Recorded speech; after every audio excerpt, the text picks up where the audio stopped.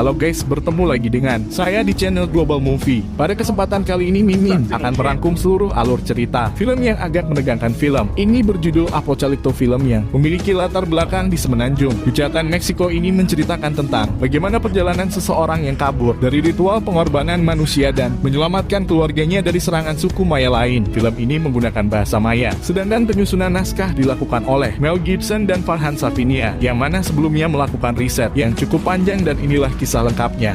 Sebelum ke alur ceritanya, seperti biasa Mimin saranin buat kalian agar selalu dukung channel ini dengan cara like, komen, dan subscribe. Oke, tanpa berlama-lama lagi, yuk kita langsung saja menuju TKP.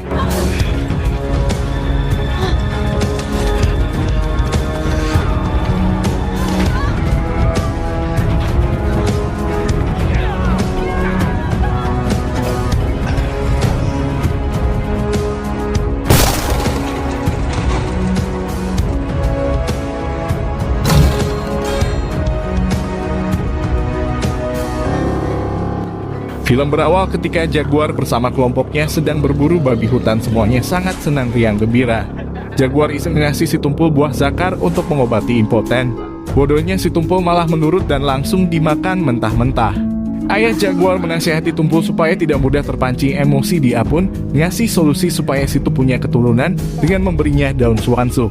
Tak lama kemudian mereka melihat kedatangan sekelompok suku lain menghampirinya. Merasa terancam, Jaguar nyaris menyerang. Namun ditahan sang ayah tujuan. Mereka kesana hanya izin lewat dikarenakan desa tempat tinggal mereka telah dirampas dan akan mencari tempat tinggal baru.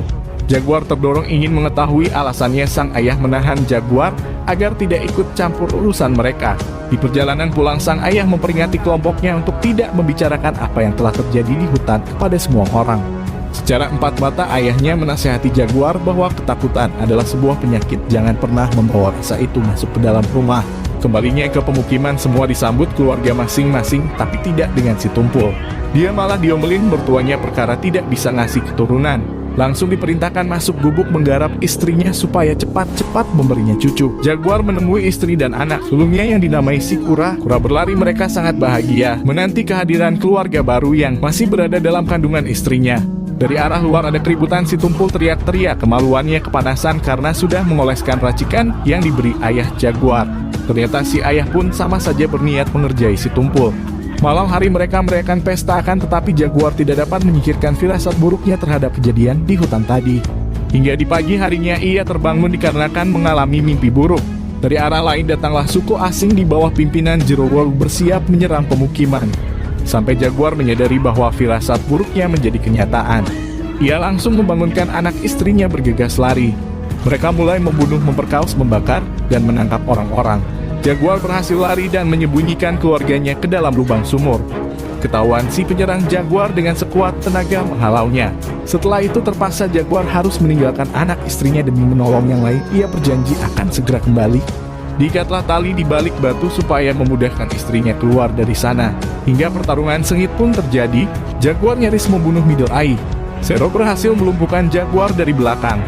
Middle Eye dendam ingin menghabisi Jaguar, namun dilarang Jerowolf karena ia ingin membawanya hidup-hidup. Di hadapan ayahnya, Jaguar malah menyebut nama. Ketahuanlah hubungan mereka oleh si Middle Eye. Hingga ia mendapatkan ide membalaskan dendam dengan cara yang lebih menyakitkan. Eksekusi ayahnya di hadapan kedua mata Jaguar. Sebagai penutup, Middle menghantam muka Jaguar sampai pingsan. Setelah sadar, ia sudah dalam kondisi terikat dikumpulkan bersama yang lain.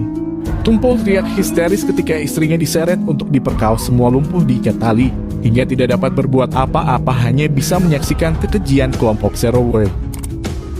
Lagi-lagi Jaguar melakukan tindakan fatal. Ia malah terus memandangi arah sumur, hingga salah satu dari mereka curiga, segera memeriksanya. Untungnya Sofan dan anaknya langsung sembunyi. Akan tetapi tali yang sudah Jaguar ikat di balik batu diputuskan, membuat keduanya kini benar-benar terjebak di dalam sumur itu. Semua tawanan mulai diarak meninggalkan pemukiman. Ketakutan Jaguar semakin besar ketika mulai melangkah menjauh dari anak dan istrinya. Seluruh anak-anak dibiarkan begitu saja. Mereka kebingungan menyaksikan orang tuanya diseret paksa sambil menangis berusaha mengikuti dari belakang. Di tengah perjalanan, Jaguar bertemu kembali dengan si laki-laki yang tempo hari berada di hutan.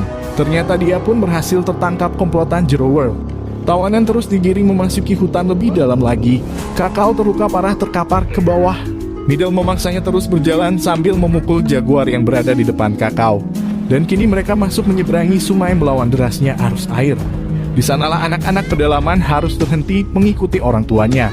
Sesampainya di kaki Gunung Luka, Kakao semakin parah. Ia oleng ke arah jurang, membuat yang lain ikut terseret. Tumpul yang berada di posisi depan berusaha menahannya di balik akar pohon. Setelah berhasil, Middle Eye melepaskan ikatan Kakao. Tubuhnya langsung dibuang ke dalam jurang. Di malam hari, Zero menemui anaknya yang baru pertama kali melakukan pemburuan manusia. Ia hadiahi sebuah pisau kecil sebagai tanda resmi kelak ia akan menggantikan ayahnya memimpin perburuan. Suara gemuruh menggema pertanda hujan akan turun. Jaguar ketakutan mengingat istri dan anaknya berada di dalam sumur. Esoknya dilanjutkan perjalanan langsung disambut pohon besar yang nyaris menimpa para tawanan. Lalu ada seorang anak gadis kecil mendekati rombongan mereka, semua jijik melihat si gadis yang memiliki penyakit kulit yang dapat menular. Si gadis terus memandangi Jaguar, hingga tingkahnya berubah aneh dan berkata di hadapan komplotan Zero bahwa kekejian mereka akan segera binasa oleh seseorang yang kini sedang berada di antara mereka. Semakin jauh melangkah, semakin banyak hal mengerikan terjadi di saat melewati kawasan kerja paksa yang dimana orang-orang diperas tenaganya dalam kondisi kelaparan. Kemudian ada kakek-kakek kurus kering meminta tolong salah satu dari mereka bersedia membunuhnya agar bisa mati sebagai pria terhormat. Lanjut, semua tawanan laki-laki dibaluri cat biru untuk persiapan acara persembahan. Sedangkan kelompok perempuan diperjualbelikan dengan cara dilelang hanya mertua Tumpul yang tidak laku dijual. Ia dibebaskan begitu saja. Tumpul menyaksikan mertuanya kebingungan sambil mencoba mengikutinya. Para tawanan semakin ketakutan saat mulai memasuki gerbang kematian. Tembok yang dihiasi gambaran mengerikan sebagai tanda bahwa mereka akan bernasib sama seperti apa yang sedang mereka lihat. Semua orang teriak-teriak menyambut kedatangan tawanan yang segera dijadikan persembahan pengorbanan bagi dewa agar diturunkannya hujan. Tibalah di titik akhir mereka dihadapkan sang raja dan Albojo yang siap memenggal kelapa mereka satu persatu. Ditariklah korban pertama, ia dibaringkan, kemudian ditusuk perutnya dan dikeluarkan jantung yang masih berdetak kencang lalu dipenggal.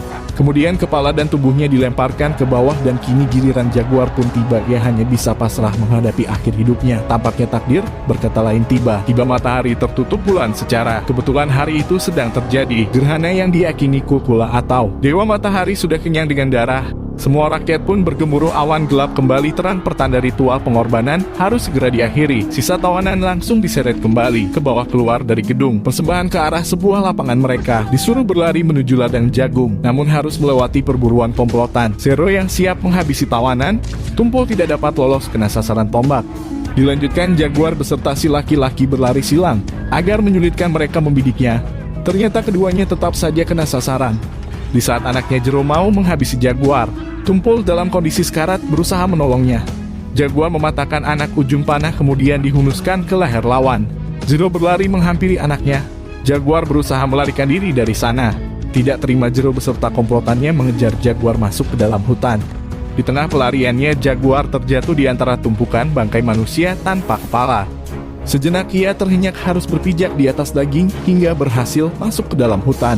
Perburuan kian memanas, tanpa henti Jaguar terus berlari sambil menahan sakit karena luka di perutnya. Kesakitannya kian meradang, ia langsung naik ke atas pohon. Kemudian komplotan Zero datang membuat Jaguar was-was sampai tidak menyadari darahnya menetes ke bawah mengenai punggung si Middle Eye. Setelah berlalu, Jaguar sedikit lega, namun harus dikejutkan dengan seekor macan kumbang berdiri dekat di hadapannya. Komplotan Jerum menyadari darah yang menempel di punggung Middle Eye, pertanda Jaguar sedang bersembunyi di atas pohon. Mereka pun memilih menyebar ke setiap area sana hingga akhirnya terdeteksilah keberadaan Jaguar. Mereka tidak mengetahui Jaguar sedang dikejar macan. Salah satunya berusaha menyusul Jaguar sampai melempar tubuhnya ke posisi di mana si macan kini tepat di belakang langsung menerkam mukanya. Setelah kejadian itu, komplotan Zero teringat kembali atas ramalan si anak kecil tempo hari, bahwa mereka akan mendapatkan malapetaka, dan meyakini Iqbub tidak mengejar Jaguar. Namun Zero tidak mau menghentikan perburuannya demi membalaskan dendam atas kematian putranya. Di tengah jalan, salah satu komplotan Zero menemukan jejak Jaguar. Namun ia malah dipatuk ular, hingga semua memilih meninggalkannya karena tidak mungkin terselamatkan. Meneruskan pelarian, Jaguar mulai diserang dengan panah dan tombak. Ia semakin kencang berlari ke arah sungai, nekat loncat ke bawah air terjun yang sangat curam. Zero berpikir bahwa Jaguar akan mati, namun perkiraannya salah. Jaguar masih hidup dan berteriak menantang mereka untuk terjun ke bawah. Salah satu dari mereka mengingatkan untuk berhenti mengejar Jaguar, namun Zero malah menusuknya. Merasa tertantang, Zero mengajak semua anak buahnya terjun ke bawah. Dengan terpaksa, Jaguar yang tadinya sudah lega harus kembali melarikan diri masuk ke dalam hutan. Ia malah terjebak terperangkap lumpur hisap. Dengan keteguhan hati, akhirnya ia dapat melewati semua itu. Dan kini jiwanya mulai ditumbuhi keberanian. Hutan tempat ia tumbuh akan menjadi kekuatan tersendiri melawan komplotan Zero. Ia datang sambil membawa sarang tawon melemparkannya ke arah mereka. Di balik lubang sumur, istrinya berusaha melemparkan tali agar dapat naik ke atas. Jaguar mulai memasang strategi melawan mereka. Ia gunakan senjata duri yang sudah dilumuri lendir kodok beracun. Jaguar memanipulasi jejak kemudian berputar arah agar dapat menyerang mereka dari belakang. Di samping itu, istrinya nyaris naik ke atas, namun kayu penyangganya lepas hingga terjatuh kembali ke bawah. Kini Jaguar siap menembakkan duri racun ke arah target hingga dapat mengenai salah satu dari mereka. Di saat akan mengambil senjatanya, Middle Eye sudah siap menyerang dari arah depan hingga pertarungan pun terjadi. Setelah berhasil mengalahkan Middle Eye, hujan turun membuat Jaguar harus segera menyelamatkan istrinya dari lubang sumur. Ia pun kembali berlari sekencang-kencangnya di bawah sumur. Nampaknya sang istri akan segera melahirkan. Di saat Jaguar sampai di sana, terpaksa ia harus berlari kembali dari serangan komplotan Zero. Jaguar mulai kebingungan hingga akhirnya Zero berhasil memanahnya. Ia berlari menyerang Jaguar, ternyata di sana sudah ada jebakan menghantam tubuh Zero.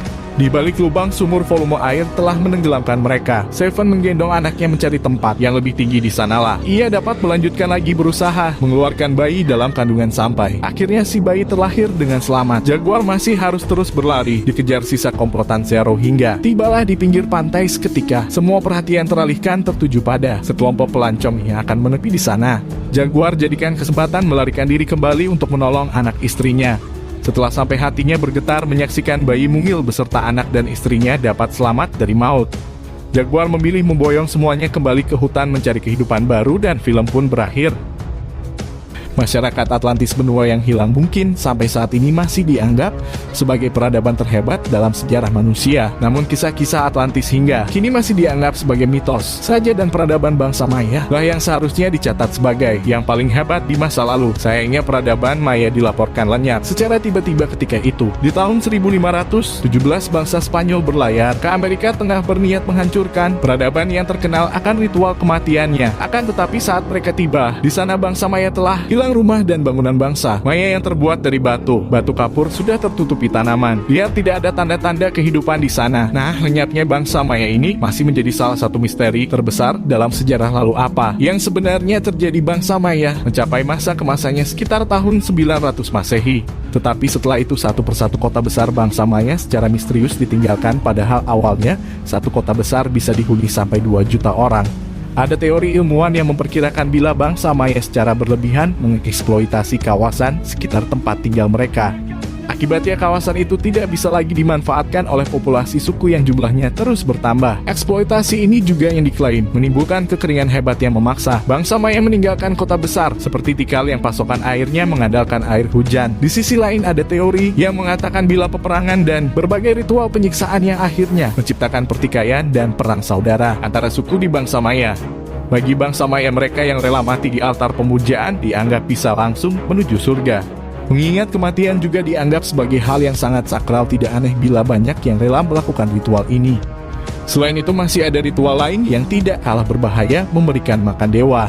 Bangsa Maya menggunakan anak panah khusus untuk melukai bagian tubuh tertentu, kemudian darah yang mengalir dikumpulkan untuk santapan dewa. Yang bikin nyeri bagian tubuh yang dilukai itu antara lain telinga, lidah, dan alat kelamin. Hal ini yang lantas memaksa bangsa Maya meninggalkan rumah mereka dan memilih tinggal di hutan dengan aman. Kota-kota besar seperti Chichen Itza, Hukmal, dan Mayavan diketahui tetap ada hingga tahun 1500 Masehi. Namun sekali lagi, saat bangsa Spanyol datang di tahun 1517, semua kota Maya sudah tertutup rimbunan hutan. Terima kasih telah menonton video ini, sampai jumpa di alur cerita selanjutnya. See you next video, bye-bye.